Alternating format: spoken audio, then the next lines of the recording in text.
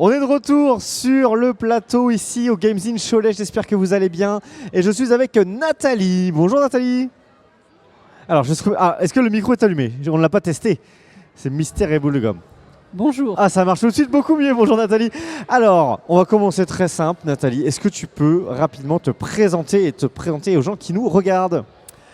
Alors, bonjour, moi c'est Nathalie. J'ai créé l'entreprise Corse Teen il y a 3 ans. 3 ans, d'accord. Après 22 ans d'intermittence en tant que costumière dans le Ok. spectacle. Ok. Donc maintenant, je propose des costumes, de la création sur mesure, de la robe de mariée Ok. pour tout le monde. Ça, l'originalité, c'est qu'on te retrouve ici, au Parc de la Mairie, aussi bien pour Games in Cholet que pour le Salon du Mariage. Voilà, je fais les deux. C'est ça. Donc un parcours intéressant et des produits intéressants. Et d'ailleurs, si on revient sur donc, tu sais, le monde du spectacle, être costumière, ça consiste en quoi? Comment t'es tombé là-dedans? Est-ce que tu as toujours aimé ces univers-là, la couture, la création ou, Alors moi, j'ai commencé par le dessin. Le dessin, d'accord. Et j'aimais la couture à côté. Ouais. J'ai fait un BTS de stylisme. D'accord. Mais c'était en fait pas assez créatif pour moi. Ouais. Donc après, je me suis orientée vers le costume. Et puis bah voilà, toujours. T'as bossé sur des trucs qui peuvent parler aux gens ou c'était plutôt des projets intimistes? Bah, j'ai travaillé au Moulin Rouge, à l'Opéra Garnier. Ça peut parler aux gens. Ça peut parler aux gens. Et du coup, après ça, tu te lances, toi, de ton côté. Il y a un déclic ou ça faisait longtemps que tu pensais à te lancer? Alors, bah, y a un peu un après-Covid. Ouais, comme beaucoup. La vie parisienne, banlieue parisienne pendant le Covid, à travailler dans le spectacle, bah, c'était pas de travail. Et puis, voilà. Moi, je suis originaire de la région chouletaise. Ok, donc c'est un J'ai retour fait mes études à Cholet. Retour aux sources. Voilà, c'est un retour aux sources et à la campagne. Et voilà. Et c'est ça. Et du coup, tu te lances. Alors, comment ça fonctionne aujourd'hui ce que tu proposes? On te retrouve ici dans des stands comme ça sur le salon.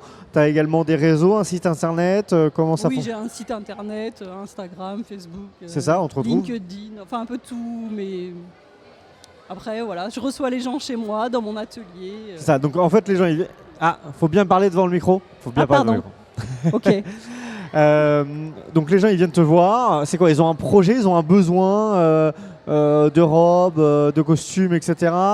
Je vois aussi que tu proposes des patrons pour ceux qui veulent se lancer de leur côté. Ça, c'est le début de l'activité. Ah, c'est le tout patron. début, c'est le début.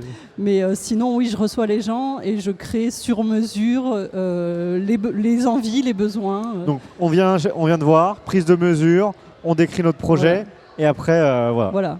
On commence par décrire le projet avec des images s'il y a, ou sinon juste avec des mots. Okay. Je présente des tissus, des échantillons, on choisit les matières, les formes.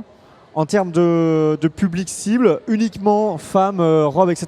ou également costume homme Alors je fais du costume homme, mais pas du costume 3 pièces classique. Il faut que ça soit un costume un peu travaillé, enfin quelque chose. Sinon ça me fait pas vibrer ou ça sert à rien. Ouais, c'est pas le costume présidentiel, c'est plutôt un truc un peu... Voilà, il faut que ça soit un peu original. Un peu fantaisiste. Ok, ça va. Et du coup, donc, nouvelle activité avec les patrons. Ça, c'est une... Alors, j'ai fait le tout premier patron là pour le salon Game in Cholet. D'accord. Après, j'ai l'intention d'en faire d'autres, mais comme je le fais en parallèle de mes commandes, ça prend beaucoup de temps, donc j'avance pas aussi vite que je voudrais. Ah ouais, c'est vrai. C'est vrai que ça demande...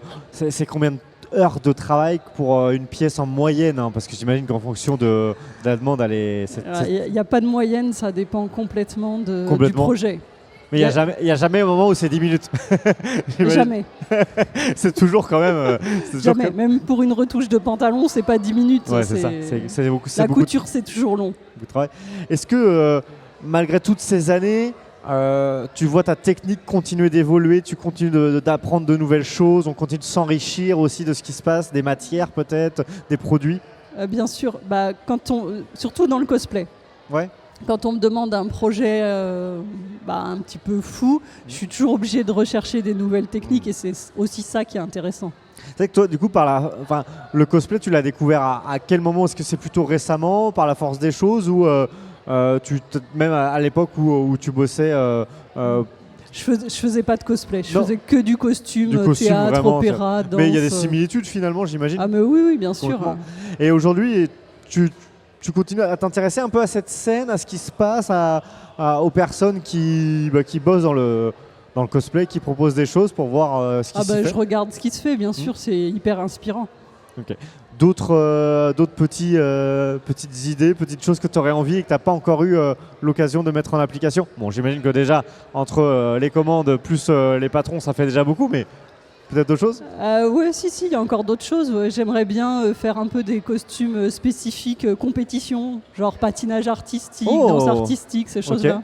Excellent. Et ça, c'est encore d'autres techniques à mettre en application. Pour l'instant, tu n'as pas du tout eu l'occasion, le monde du sport, etc., pas forcément? J'ai fait quelques costumes de twirling, donc ça s'approche aussi. Voilà. Ok. Mais bon, enfin, c'est infini. Hein. En tout cas, le message est passé. Hein, s'il y a des alors, je ne sais pas qui est-ce qui décide des costumes d'ailleurs. Est-ce que c'est les fédérations Non, je pense que c'est les artistes qui choisissent, en fait, les sportifs. Les sportifs eux-mêmes qui choisissent ou les stylistes qui sont associés à ces artistes? Je pense qu'ils n'ont pas souvent un styliste associé, à part à un très très haut niveau. Ouais, je pense, moi je suis dans le patinage aux Jeux Olympiques. Ils ont souvent un thème, une musique, le thème, et après, autour de ça, on brode. Quoi. Enfin, on cherche des idées, on développe. Ok, super intéressant.